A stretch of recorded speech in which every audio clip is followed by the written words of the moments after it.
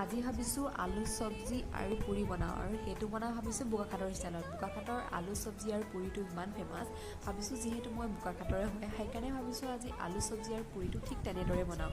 সেইকাৰণে মই ধুনীয়াকৈ এটা এটাকৈ ৰুটি ধুনীয়াকৈ বেলি ল'লোঁ।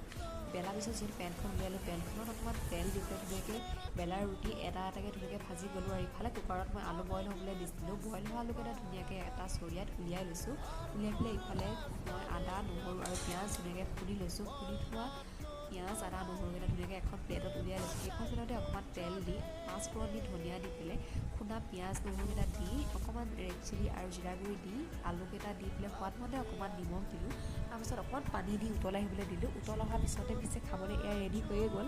আপোনালোকক খাই চাব, কিন্তু বিৰাটেই টেষ্টি আছিল।